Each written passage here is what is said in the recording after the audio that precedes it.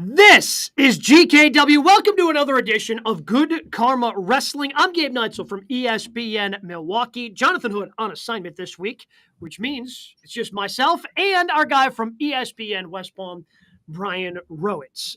Some things to dive into this week. We've got Full Gear coming up this weekend in the world of AEW. We're about a week and a half away from Survivor Series War Games. But where we start is that Liv Morgan, apparently, I don't know how. She's the MVP of WWE. Brian? It was Nick Aldis, an interview with Chris Van Vliet, says Liv to me is the MVP of 2024, the way she goes out there and commands the crowd as a heel. They put that pressure on her, saying she is the MVP. I mean that's a heck of a thing for Aldis to do, to put over somebody else from the rival brand, saying that the women's champion of Raw is the MVP. Shouldn't he have that? But we're actually going to take this a little bit of a different direction and ask, who is the MVP for WWE in 2024? So it's weird when you look at it. Like, she does deserve a lot of consideration. She's amazing at what she's done this year. She's been a big part of that. But I have a hard time saying she's the MVP. I think she's in that circle. But to me, Rhea ranks above her. And honestly, Dirty Dom ranks above her. Like, I would say Dom and the heat he has generated is honestly one of the best things to see this year in the WWE. So if we're talking about MVP, I actually, when you proposed this question to me earlier today, I thought of Liv. I'm like, Liv is like the heel version of Cody Rhodes, because Cody, the most interesting things he has done this year have been bloodline related. Mm-hmm. Roman Reigns, The Rock, those are the most interesting things that he's done. So he's been dependent upon that. Liv, to me, is really dependent upon Rhea Ripley. The most interesting things that she has done this year have been around Rhea. And Rhea came back on Monday, but with Rhea gone, it kind of felt like she was directionless. Yeah, she had the thing. I mean, I'm not really a big fan of the way they put together the women's presumably War Games match here, because, I mean, Liv was just at the throat of Nia Jax for the Crown Jewel Championship, and that went away very quickly, so we could apparently have a War Games match. But the most important things, the most interesting things Liv has done this year have been around Rhea. So I don't think I could, for those reasons, I don't think I could name Cody the MVP. I don't think I could name Liv Morgan the MVP, because they've been so codependent upon the other parts of the storyline and haven't really done anything interesting outside of those stories. Yeah, I agree. And that's saying we've seen awesome improvement from Liv, and this isn't a way to knock her. Like, to me, in terms of sports terms, she's a Pro Bowler. She's an all-pro. She's put together. No, she's the world women's champ. Like, right. I mean, she's doing a great job with it. But again, MVP is just a completely different level, and it has to be. I don't know if she's on that level yet. Yeah, and that's the thing. Like, everything she's done has been great. War Games, honestly, I could do without the women's one this year. Like, it feels so thrown together, and without the stories there, like, you have little pieces, but, like, to me, I want War Games to have some meaning behind it. The same way with Hell in a Cell, we've talked about in the past. Like, we want these matches to mean something, not just, it's whatever month it is, we have to have a Hell in a Cell. So, a little disappointed in that. And with WWE, you've reintroduced War Games, I think, enough within Survivor Series. This is the third or fourth year maybe they've done War Games on the main roster. Obviously had some War Games matches down at NXT before that. Like, you've introduced it enough where I think the audience is now familiar with it. They get it. Yeah, I don't think you need to do War Games every year as part of Survivor Series. I just don't. Again, and I don't think it needs to be 5-on-5. If we're talking about the men's, I think they're kind of trying to shoehorn a fifth member on both sides there. But that gets away from the question. Who do you have as your MVP for WWE in 2024? So to me, you mentioned Bloodline. I think there still is. That's a big part of the year. Like, that leading all the way up from January through April and Mania. Now we're back in it again. I think it's Roman, and I honestly would listen to the conversation about it being The Rock. Like, the impact he has every time he's on screen, he's front and center for this company and getting them the headlines they want. Yeah, I think I'd listen to The Rock because he made that a lot more interesting than I thought that they would. And he gets a lot of credit from that, from Cody, from a lot of different people, from, deciding to make the pivot to become the heel character, to become the final boss character. Man, can the MVP be a part-timer though? Like, because The Rock is a part-timer. Yes. Part-timer. Can you give it to, and you can't just give it to the Bloodline in general. Right. Now they're so split. I don't think you can give it to Solo. So can Paul Heyman be the MVP because he's the connecting glue for the Bloodline? To me, it's Roman, because like the Bloodline has gotten more interesting again because Roman's there and everything he's doing and the story there. The simple of him making a phone call Friday and it going to a disconnected voice, like that was entertaining. Like that is the most entertaining thing right now in the WWE, which is pretty slow right now. And I think that's a credit to Roman. The way they kept him looking so disheveled too. Yeah. I really I thought they nailed everything about that. And because that's been the one question is, where is Paul Heyman? So for him to make the call and now it's disconnected, there's intrigue there. I mean, it's probably, I think it still has to be Roman. I think you're right, because every time he's on the screen, he just commands like everybody's attention. Right. So if Roman's the MVP, I think Rhea is a runner-up for me. I think Rhea certainly deserves, because she was just driving. We talked about it all year, about how she was just driving Monday Night Raw. I think her, and I think Gunther. Yeah. Would be my other selections in terms of being an MVP. Yeah, I think Gunther's definitely up there. To me, I just wish there was that one story, just something like his stuff's been good. The Sammy stuff leading up to Mania, some of the stuff even with Cody for the title was good. The Gable stuff was good. I just wish there was that one strong story to say, okay, I want to watch this every week. So McIntyre, does Drew McIntyre, is he higher up on the MVP list? I know he probably doesn't come front to mind because he's been gone now the last handful of weeks after he lost, because he lost the feud to CM Punk. But he did so much of the heavy lifting in that. I mean, and Punk did a good job too while he was injured and while he was out.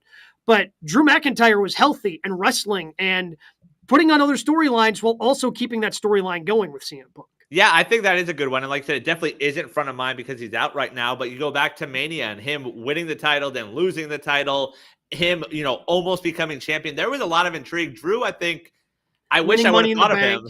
Yeah, like he should have been up there. He has had a pretty good year. I don't think we see him again this year. Like maybe it's a Rumble thing at this point, but he does deserve that credit. Yeah, I think he's certainly. I can't say CM Punk. No. As much as I would love to, because he was in the feud of the year, because that's the feud of the year, right? Like, I mean, I know we'll probably do a year in review show here in like a month here on GKW, but I think we can put that. We'll talk about it, but I think we can already give out feud of the year going to Punk and Drew McIntyre. Exactly. But yeah, there's nothing else of significance for Punk, because what's been the story of Punk in the last few years is he's been hurt some of the years, so you don't see him every week. Did you give any consideration to Jay? No. Okay. I'm just thinking of guys that main evented, were on Monday Night Raw, Friday Night SmackDown quite a bit and did some heavy lifting while Rollins? doesn't feel right. I don't think it feels right. If I was voting on this like the Heisman, I don't have a Heisman vote, but they give 1, 2, 3. So I think I would say 1 is Roman, 2 is Rhea, and I'd say 3 is Drew. So I would still go with The Rock at 3. Drew would be close, but I agree with the first 2. Roman 1, Rhea 2, and do it that way.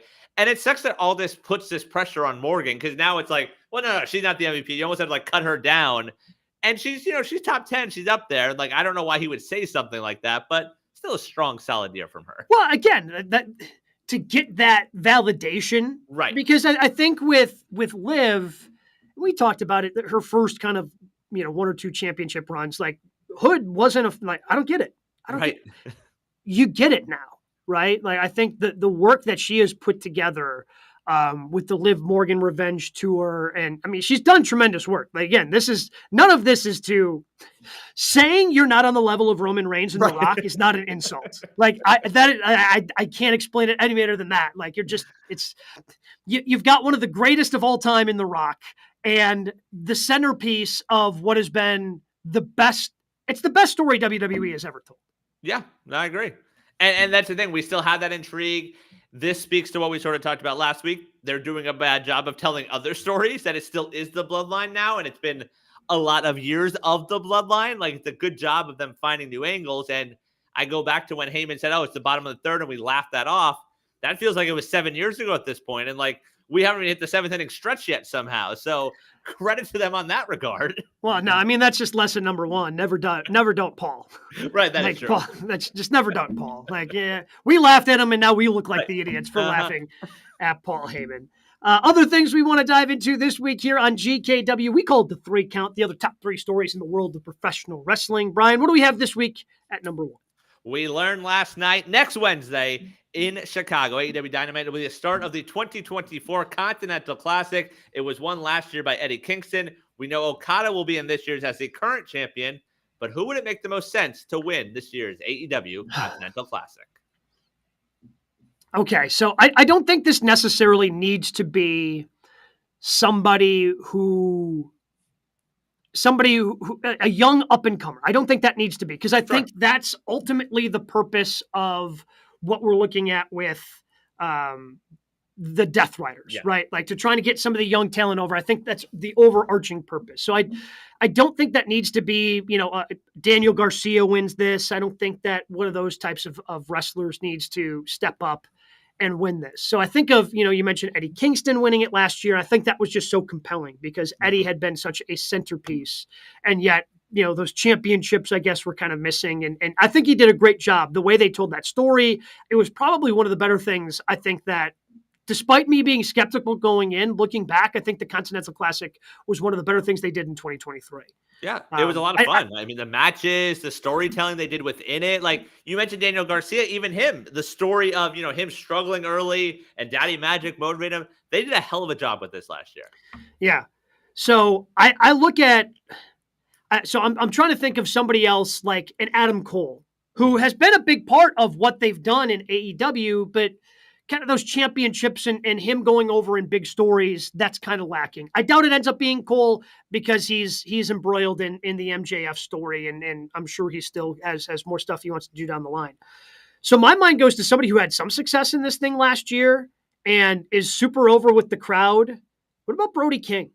What if Brody King ends up being the one who could ultimately go over, put on good matches? I just, my mind ultimately went to what's going on in the House of Black. That's kind of the first thing that I went to, because I think those guys are underutilized at times. There's been so much speculation about Malachi, about whether or not he's sticking around, to the point where it seems like he has to step up and speak out just about each and every week of, no, I'm sticking around. Yeah, that thing with Adam Cole, that wasn't me saying goodbye. But it also feels like it's been a while, like, since anybody from the House of Black has gone over. So I think if somebody from there, maybe even it is Malachi Black, maybe you put him in there and he can just put on classic match after classic match. I think there's a lot of intrigue. I think there's a lot of different directions that ultimately Tony Khan and AEW could go with the Continental Classic, and who ultimately gets involved in there. So that's kind of where my mind initially went, was with the House of Black, because I think they could get, be put over in those types of situations. But it's an event that I'm really looking forward to. I think that the world of AEW could be fantastic, or not fantastic. I think this could really help get AEW going in the right direction. I wasn't super thrilled with the way that they had their go home show last night, getting ready for Full Gear. I think it kind of landed flat, even though I ultimately overall believe in Jon Moxley and the story that they want to tell with the Death Riders. So if you can start building some momentum with what you have going on with the Death Riders, and hopefully that ends up delivering on Saturday night with Mox taking on Orange Cassidy. So hopefully that can really deliver a story. And hopefully if you continue that, and then you're putting on these great matches while also telling good stories like you did a year ago, I think the Continental Classic has a ton of potential in the 2024 iteration of it. I really think that it has a ton of potential. Some other names that you could potentially throw out there for the Continental Classic. Maybe it's a vehicle you use to end up putting over Kyle Fletcher. Because again, I'm curious to see how Fletcher versus Ospreay ultimately, plays out on Saturday. But if Fletcher doesn't go over, maybe he does. Maybe you can use the Continental Classic as a vehicle to get him or, somebody within the Don Callis family over. That's something that I think could be another really interesting idea. I'm looking forward to it. I'm hoping that AEW can continue to put on something that's that good, that gets the fans engaged, that gets everyone ready to go for, again, the great matches tied together with really good storytelling. Just trying to think of other people that AEW could throw in that situation, kind of that combination. Again, maybe I'm just relating it too much to Eddie Kingston since he's the one who ultimately went over. Who knows how close, Adam Copeland is to returning.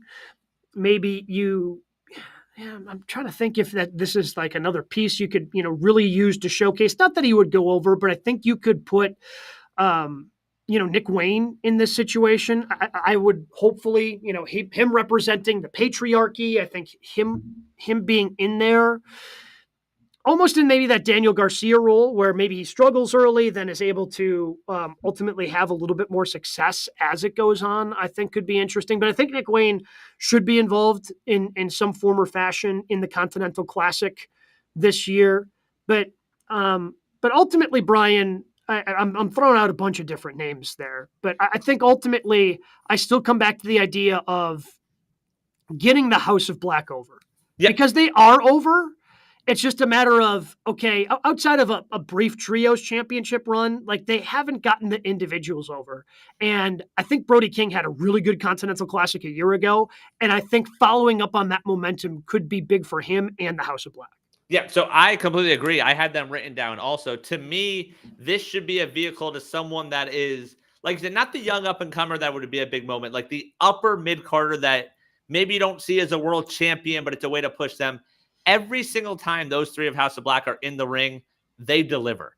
Tag teams, trios, singles, they do it all. Well, and they engage with the crowd better than a high majority of that roster. Yes, everything they do works. If you're not going to put the tag belts on them this Saturday, which maybe that's a possibility, I would love for any of those three to be crowned the Continental Classic champion, which I guess will wrap up in Orlando at World's End late December. Like, it would mean so much to one of these three. Honestly, I'd put all three in it and have them wrestle each other at one point. I mean, don't threaten me with a good time. Like, come on. Don't threaten me with a good time. I also threw out the name. What about Kyle Fletcher? Sure. Or does he kind of fit in that other category of potential world champion, doesn't necessarily need this? Yeah, I think that's it. We almost, like, if he beats Ospreay, you don't really need this. If he doesn't beat Ospreay, I guess it's a way to sort of make a name for himself. You could do that. Like, sort of the same path. I wrote down Jay White also. Oh, I think Jay White would be really good. Like, I can go either way on whether or not him or Hangman win on Saturday, but assuming he doesn't win and you haven't really pulled the trigger on him, they did such a good job protecting him early, but him winning this would sort of give him that next boost also. Not that he would win it, but I think this is going to be a really good opportunity if Nick Wayne's in the tournament. Sure. Just to kind of showcase him, try to tell some different stories, attach it because he's attached with the patriarchy, so you can kind of continue with all of that and continue. So I think that, again, not that he would win, especially right now, but I think just putting Nick Wayne in there and allowing him to showcase, because I had him in my match of the week a couple of weeks ago. I can't remember if he wrestled Ricochet or who it was. Mm-hmm. I think it was Ricochet, where he was able to just really, for the first time in a while, put on that wrestling skill that you and Hoodie talked about that he had on the indies before he showed up in AEW. I think showcasing him and starting to push him would be a really good move. Yeah, I'd be good with that. I mean, and even a couple of weeks ago, I think it was Collision, him and AR Fox. Like, it'd be a great chance to show him. There are rumors that we see Speedball Mike Bailey in this, which I think would be an awesome way to showcase him. I don't think he needs to win it, but just give him the opportunity to just go out there and have banger matches. Sign me up. And I mentioned this while you kind of stepped out there. I'm really excited for the possibility of this maybe giving AEW a boost into the new year, because while I was disappointed with Dynamite last night and thought it kind of ended not great, I still overall believe in what they're trying to do with the Death Riders storyline. And I think that with Jon Moxley, they're going to get where they need to go. And if that continues to be good, and then you pair that with an interesting, Continental Classic like it was last year, then you've got multiple things going on as AEW. And hopefully that can start to build you some momentum for 2025. Yeah, because to me, that was the biggest win of last year's Continental Classic. The amount of stories they told within the tournament. Like, in the end, Eddie Kingston winning was great, but you had the him and Brian stuff. You had Daniel Garcia losing. I'm trying to remember some of the other stuff. Like, even the fact that it was Eddie versus Mox at the end was a lot of fun. You had Brody making a name for himself. You told a lot of stories. You had that opportunity. If you could do that again, then this is a home run for them. Yeah, I really think so. Is there anybody we're missing that has a really big opportunity here? Anybody else you had written down? A couple other, Ricochet, they're pushing him. It's also that weird spot where, like, it looked like we were going to get him versus Okada for the title, but I think we're not getting that on Saturday. Yeah, right? I don't think so. So there's that as a chance to win him. And the other one I wrote down because I feel like he's in no man's land is Roosh. You can't have Roosh wrestle that much. That's a danger to everybody else. But let him shine as a single star, and off we go. Well, again, it depends upon what your plans are for that faction. Now that you've done a faction leader trade, which is weird. But if you want to do something with them, or again, maybe because now that he's a part of the Don Callis family, maybe somebody like a Lance Archer finally gets an opportunity to get over. Yes, that would be intriguing also. An Archer, a Brian Cage, a Hobbs. Like, we've talked about how they don't know how to book big guys. Give one of those guys a run. Why not? Yeah, I think they would have an opportunity. I think you've got a really good chance to make this thing interesting and tell some interesting stories within it. That's the thing that's really, I guess, encouraging about this year's Continental Classic. Yeah, and even so I just pulled up last year's, like, the people you had in it, this was some good foreshadowing. So Bryan Danielson, Andrade, remember, it was one of the first times we really saw him get his chance to shine in AEW. Claudio, Brody King, and Daniel Garcia were on one side. The goal remember, it was Swerve Strickland who got on a run. Oh, and yeah. That was sort of foreshadowing him. Jay White was there, Roosh, Mark Briscoe, and Jay Lethal. And then it was Eddie and Mox in the end. I guess you have to have somebody like Jay Lethal in there. Someone's got to be taking a bunch of losses. God, that's going to be Lance Archer, isn't it? We bring up Lance Archer as a guy who can win it, and he's just going to be the one taking all the losses. It'll be Archer on one side and Beast Mordos on the other. Do they try to intertwine Death Riders with this? Does like Wheeler or does Claudio, does Pac, do any of those guys jump into this thing? That just feels like a waste then. Like, it was going to end up with one of those, because if one of them's in it, they got to be in the finals at the very least. Yeah. So that just feels like you're wasting an opportunity to tell another story there. Yeah, unless it's Wheeler and he loses a bunch and that like gets him out of the graces of Mox. Sure. Okay, I'd be fine with that then. Just kind of a thought. Yeah. What do we got at number 2 this week? Sticking with AEW Full Gear this weekend in New Jersey, Saturday night. It will be AEW Full Gear. So what will be the biggest story to come out of this weekend? It better be Death Riders. It better be, right? Like, I think it has to be, especially the way, the beatdown went on too long, right? Yeah. Like the duct tape, they just kind of, the save needed just, the timing seemed off of it, but that needs to be the biggest story out of it. Now, I think the biggest match and the most fun match is going to be Fletcher versus Ospreay. Yes. But I just don't know. Water is wet. Yep. Yeah, exactly. But I don't know where that story goes necessarily coming out of that. So I'm curious to see what that brings. I'm guessing, Adam Cole's going to get involved somehow with MJF and Roddy Strong, you would presume. So that's going to be coming out of this, but it has to be, okay, where do the Death Riders go next? Because I think nobody is really expecting Orange Cassidy to win. Does he get squashed? Is this, Right. if he gets squashed, who's going to be stepping up? I think the Death Riders have to be the biggest story coming out, and it has to deliver that makes you forget about how they handled it last night. Yeah, and that's it. You look at this card right now, and I know they're not going to be able to help themselves, but as of now, only 8 matches announced for the main card. Whether it sticks with that, we'll see. But, I guess don't hold your breath when it comes to that. Do they is there only one match? Is the Costco guys the only versus QT? Is that the only match on the pre-show? Yes. Impressive. And I believe the champagne celebration I saw is announced there. That's going to be on the pre-show? I thought I saw that. Yeah. Okay. Kind of seems weird that you would put that off for that long and then put your women's world champion on the pre-show, but okay. Oh no, it's listed here on the main card.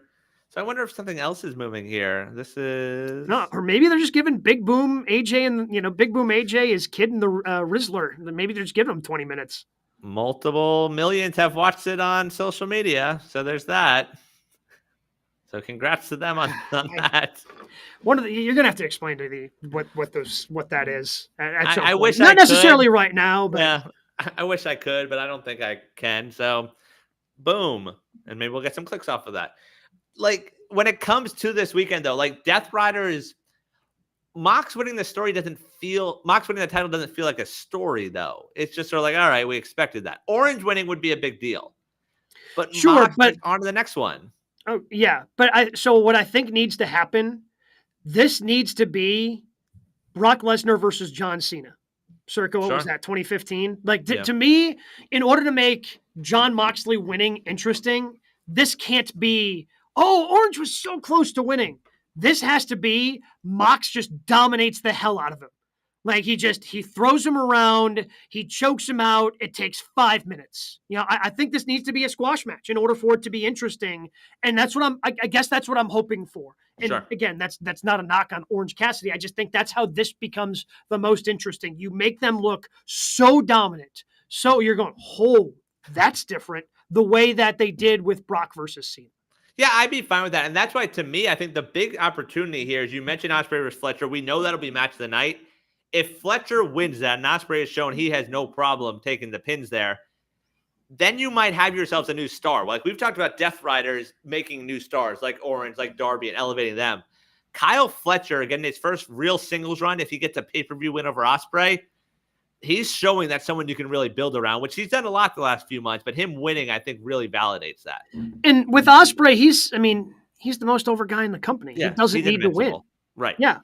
Like, okay, like he's more interesting if he loses that match. Right. I agree. What about Swerve and Bobby? We haven't mentioned that one. Yeah, I guess Swerve goes over there. Like, I don't know. I don't know. It's not pulling me in. Why did they waste Bobby's first match in a... That's the part that I can't make sense, is that they decided... But Cheeseburger got TV time. Yeah, so we saved Bobby Lashley, and look, Bobby looked like Bobby. Like he was dominant. Yeah. He won a 2-on-1 match, but like you're so close. Why not just save him and have his first match be against Swerve? Right? They could have done that. He could have squashed people without the bell ringing. He could have done all of that. Swerve doesn't need the win. I guess Lashley, and you make the Hurt Syndicate stronger there. And you do it that way. The other thing I'll throw out there, we have, as of now, kind of the world title, 4 title matches. How many titles do we see change? The tag title's on the way in a 4-way. Private Party, Outrunners, Acclaimed, House of Black. TBS title, Mercedes defends against Statlander. Jack Perry defends the TNT title against Garcia. And then Mox defends the world title against Orange. Well, Orange isn't going to win, so I'm going to throw that out. My guess is if Private Party doesn't retain, what was the point? Agreed. But if you want to strike when the iron's hot, an Outrunners tag title run, think of the merch. Yeah, okay. I mean, yeah, if you want to make a little bit of money, I guess you could go that way. I'm assuming no matter what, I'm assuming the Acclaimed takes the pin. Yes. And it furthers their breakup. Yes. Mercedes versus Stat. That's the interesting one. You could talk me into either one there. We talked a lot when we had Stat on a couple weeks ago, and check that out on the YouTube page, youtube.com/@GoodKarmaWrestling. this would be a big moment for Stat. Like, if she's able to get that win and be the one that beats Mercedes and gets the belt, you have someone you can build the women's division around right there in Stat. But what do you do with Mercedes?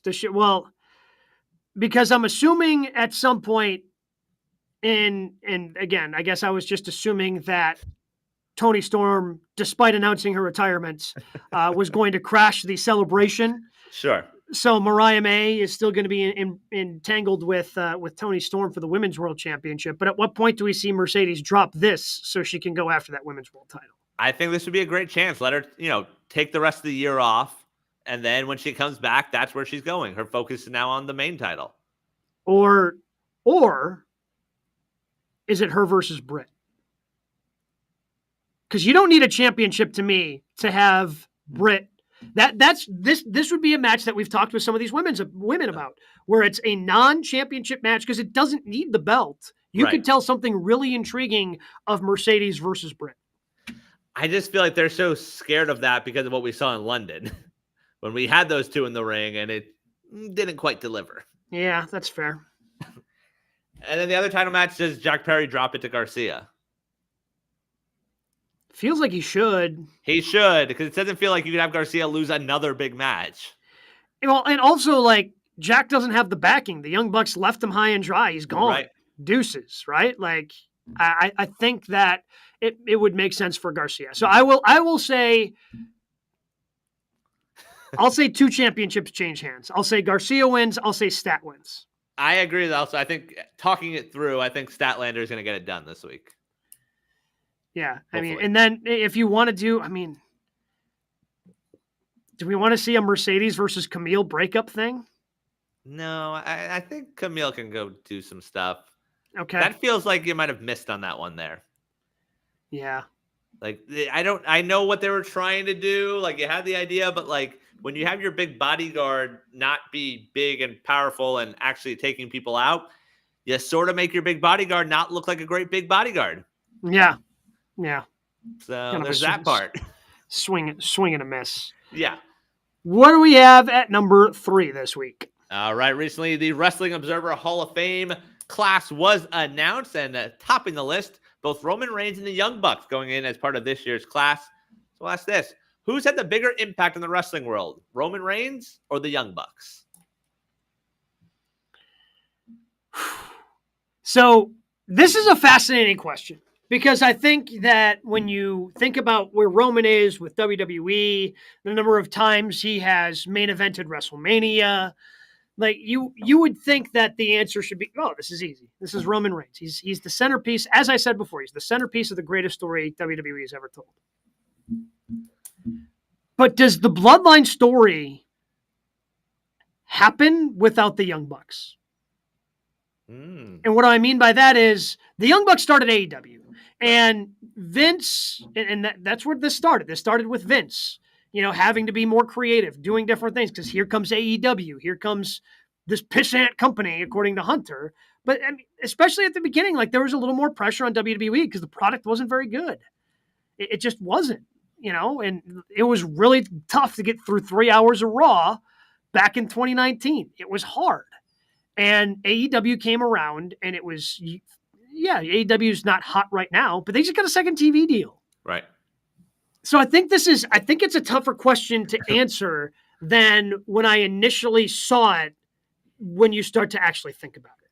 Yeah, I think to me, when you look at it as impacting the entire business, like, as great as Roman has been, as great as the Bloodline story has been, that's someone that in that WWE mold, like, no offense to Roman, but could it have been anyone?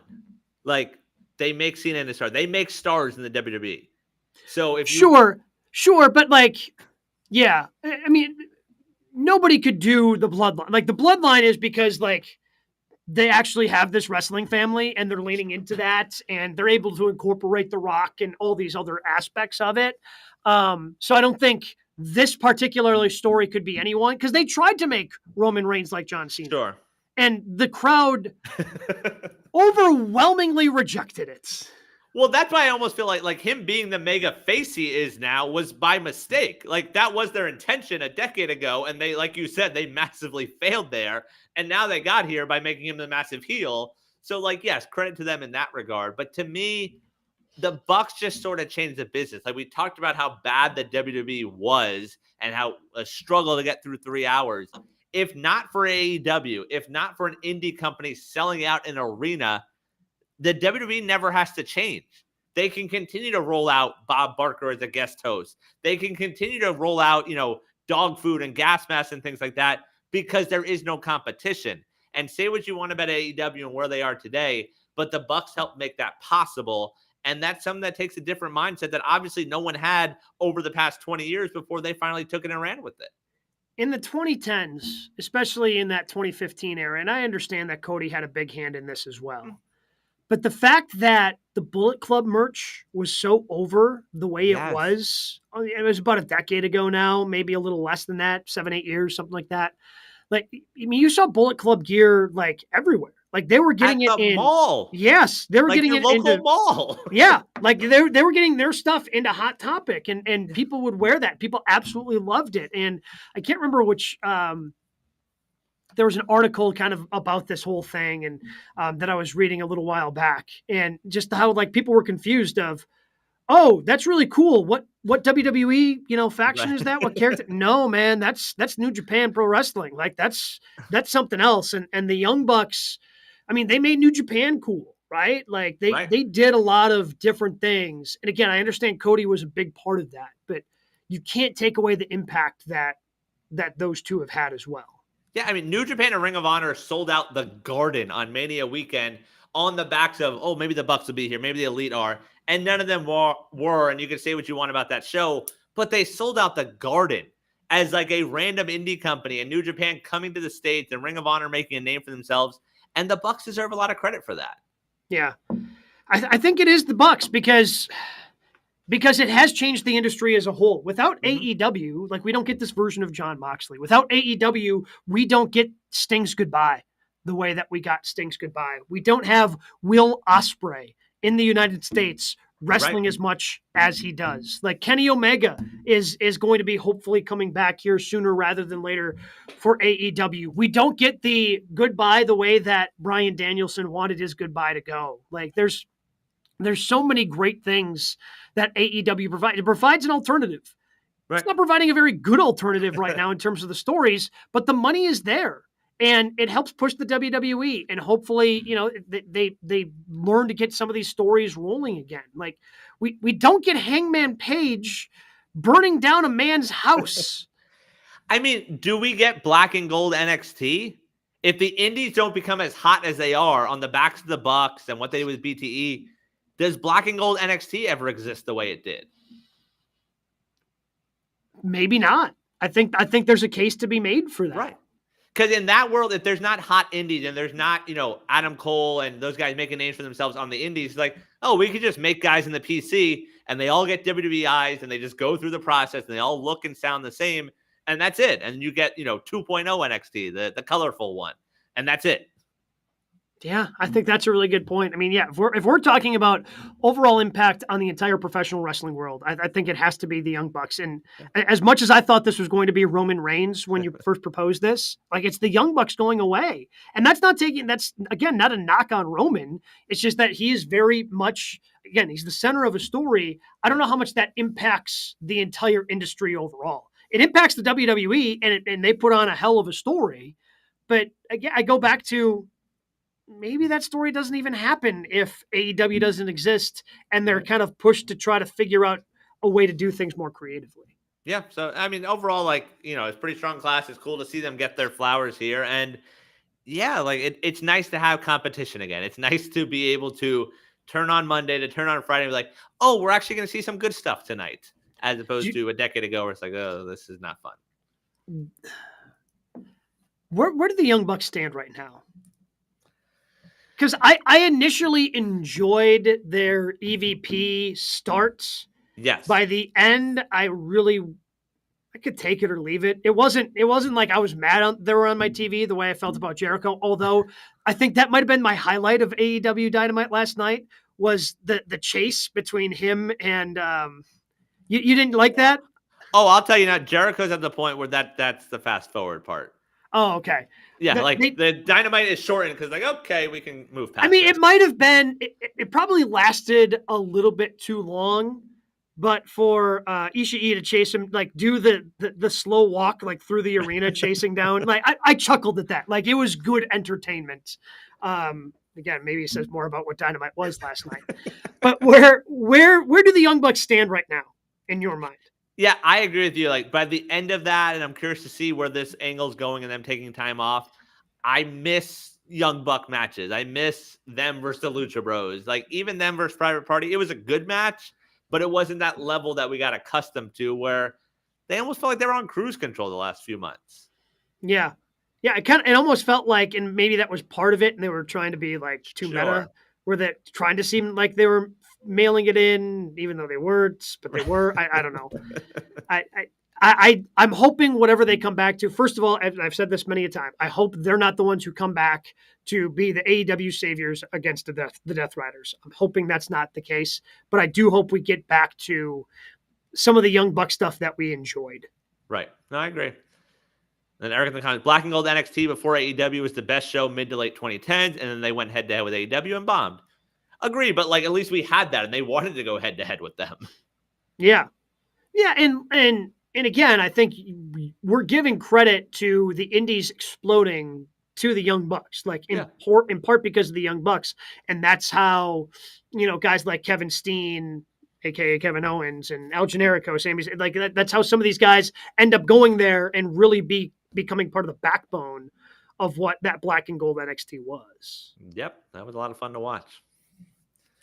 What do we got this week? News and notes. All right, let's stick with AEW and New Japan. Some matches being announced for Wrestle Dynasty, which take place January 5th in Japan. First up, an International Women's Cup will take place. AEW, CMLL, Ring of Honor, and Stardom will have qualifying matches, which will then set up a four-way match at Wrestle Dynasty. The winner of that match receives a shot at a title of their choosing.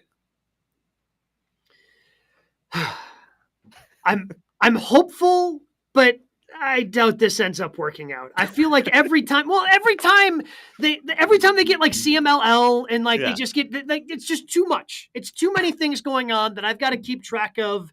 Unless it's somebody that you absolutely know of in CMLL or Stardom, unless it's Mina Shirakawa coming out of Stardom, I'm not very familiar with everything else they've got going on over there. I do think these will be held in their own companies. We're not going to see it on Dynamite and Rampage every week, so maybe that'll make it better. If you don't think we're seeing a CMLL match on Rampage or Collision, you are out of your mind. All right, touche there. And here's another match announced for Wrestle Dynasty. Kenny Omega has accepted the challenge of Gabe Kidd, so it looks like Kenny will make his return in Japan at Wrestle Dynasty, even though he hasn't been on AEW television since he was taken out. That's just good news. I mean, that's very good news for AEW because we thought that maybe that match could happen the day before for New Japan Pro Wrestling, and having one of your big stars wrestle on your show that's just smart business. But don't you want him on, I don't know, your television shows?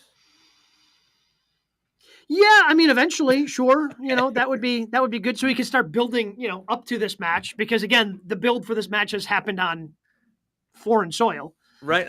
Yep. And sometimes not in English and on social media, but glad Kenny's healthy. That's nice. Well, and that match is gonna. Yeah, it'll be great. It's Kenny. Yeah, it's gonna be a fun match. You mentioned AEW and the new television deal. What's been confirmed? Fight for the Fallen, January 1st from Asheville, North Carolina, will stream live on Max. So they will beat the WWE, which will stream on Netflix that Monday. Also confirmed, the end of 2024 will mark the end of Rampage. I'll pour one out. I'm going to be sad. I think I'm the one person that watches Rampage on a weekly basis. So I'm the only one who's going to be sad whenever that show goes away. But who knows? Maybe whatever that show is that they're going to put on FS1 will replace it in my heart. And I do wonder, are Dynamites now not going to be 7-hour shows? Because they're not going to be Rampage taping. That's usually the only time I see Rampage is when I'm in the building. How are those going to work now? ROH. ROH, okay, you do that there. That makes sense. Yeah, probably do that there. And well, I'm assuming this is a news announce as well, but they're going to be using smaller arenas, and Yes. maybe it'll be a little bit better when they, doing all that in some smaller arenas in 2025. Maybe there's that. Becky Lynch, we haven't seen her in a little bit. She was speaking at the Vulture Festival, was asked about her future, says currently she's training for a half marathon. She's working on some other things, but if you think her getting her head slammed in a door by Dom Mysterio will be the end, you are mistaken. There's no time frame yet on that return. I mean, she's coming back at the Rumble, right? That would make sense. That would be quite a pop. I mean, I think that makes the most sense. And she's not going anywhere else. She's not going to wrestle for AEW. She's not going to.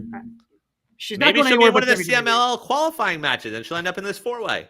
That would be sick. Objectively, would be sick. So it just makes the most sense. Nobody's expecting her to go anyplace else. I'm hoping we get to hear her song in Indianapolis February 1st. And finally, some more WWE AEW crossover. CM Punk interview with Cheap Heat. Our guy Peter Rosenberg was asked if there's anyone in AEW he wishes he shared a ring with. Said, quote, "No, I feel like I wasted some matches on some people for sure. That is what it is." He needs to stop, right?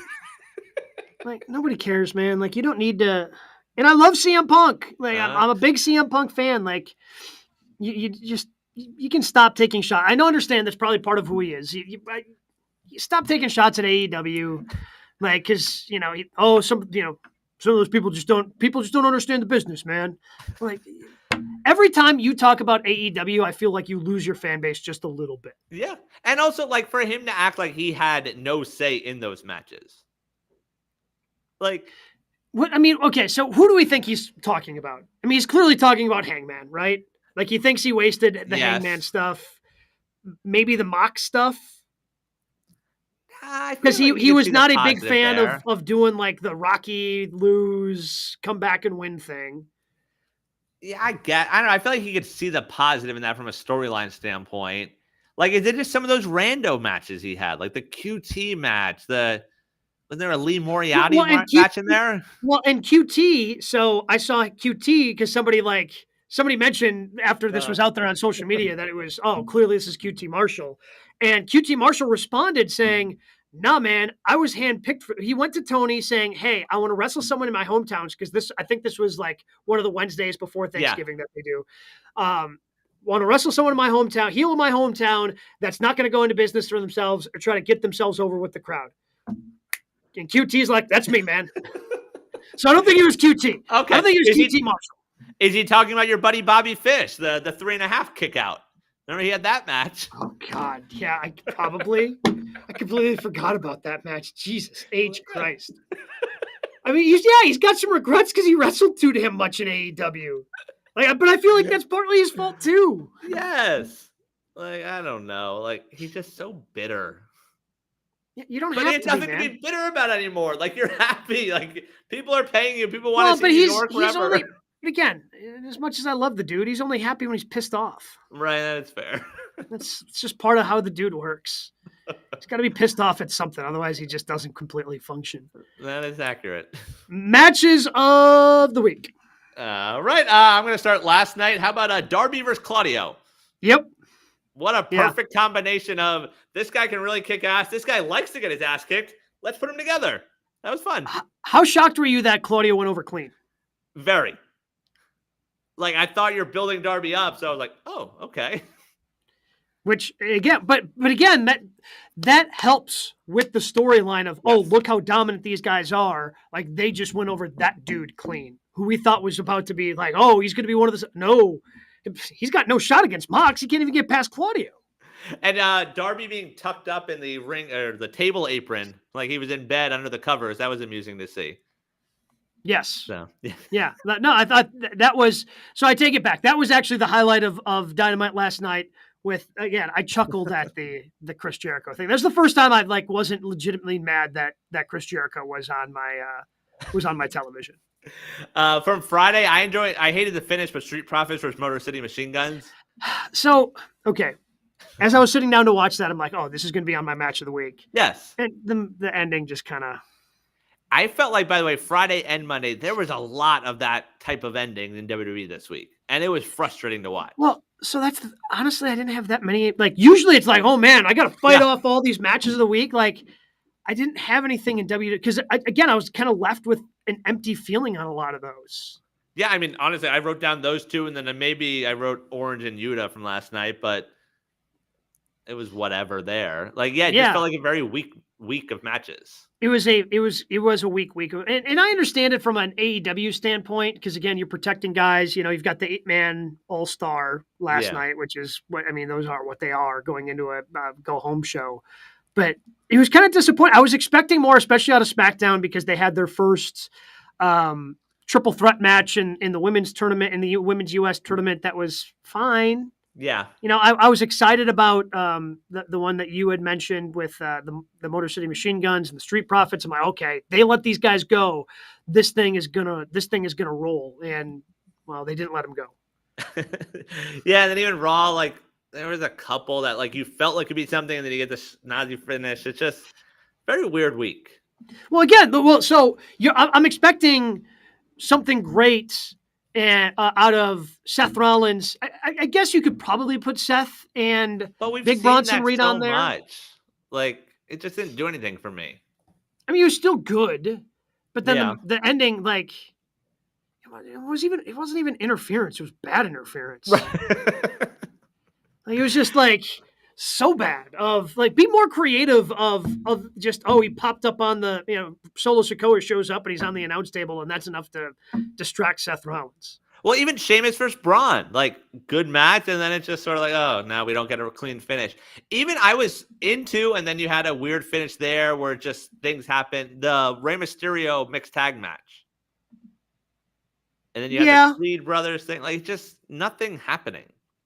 Yeah, because that was weird because you got the win for Rey, but then yeah, it's just a weird week, man. Okay, yeah. I'm glad you felt the same way because because I want to usually have one from each promotion, like the best match from AEW, best match from WWE, and then the third one's always just kind of a wild card of whatever you see, and it felt like a really weird week for matches. I had the point where like I write them down and then I'm writing it, and I was like, nothing's coming to mind, and like I go through Raw and SmackDown results, I'm like, oh, that's right, because nothing happened. Like I watched these shows and like nothing stuck out.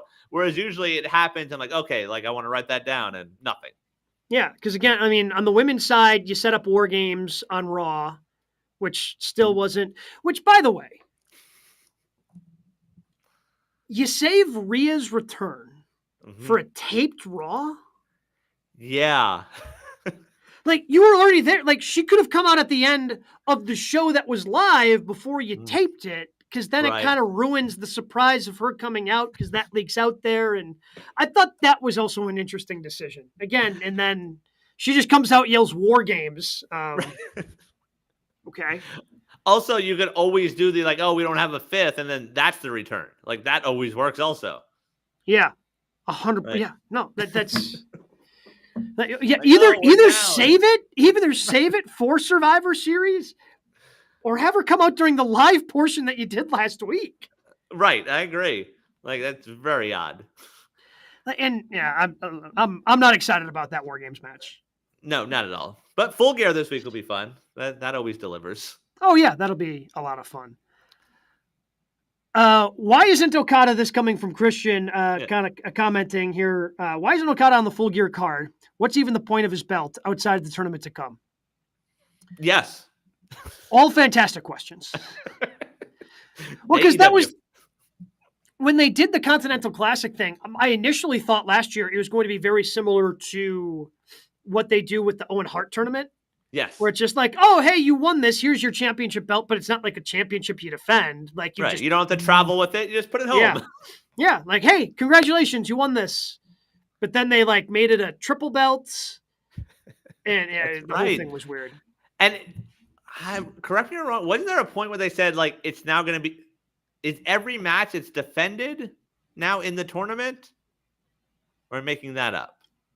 God, I hope not. God, I hope not. That makes it way too convoluted.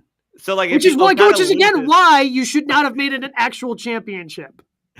So, like, if he loses matches in the tournament, does he lose the belt? Or are they just not up for grabs? It's just for points?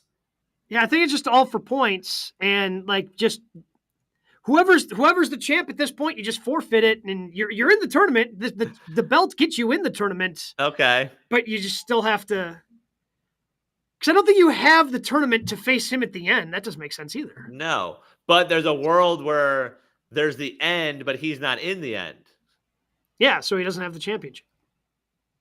Right. So he could potentially lose. Okay. He would lose the belt to someone. Damn it! Now I was excited for this, and now I'm not. Damn it! Now it's been ruined. We gotta wait for I that blame selection you. show. I hope there's a selection Sunday show like they did last year. I blame Christian. I was excited, and now I'm not. I am excited, though, for Full Gear. That is going to be fun. Next week going to be a little bit different with the holiday, so make sure you keep it tuned right here on our YouTube page, youtube.com/@GoodKarmaWrestling. Comment, subscribe, check out all the great stuff that we do over there, past interviews that we've done. Just keep it locked over there because it is going to be a little bit of a different show coming up on Tuesday instead of Thursday with the Thanksgiving holiday coming next week. But we'll have plenty of reaction to Full Gear, plenty of reaction to SmackDown tomorrow night, which, again, even though the matches were off, like I'm still, okay, is Paul Heyman going to show up tomorrow night? What are they going to do on Raw to get ready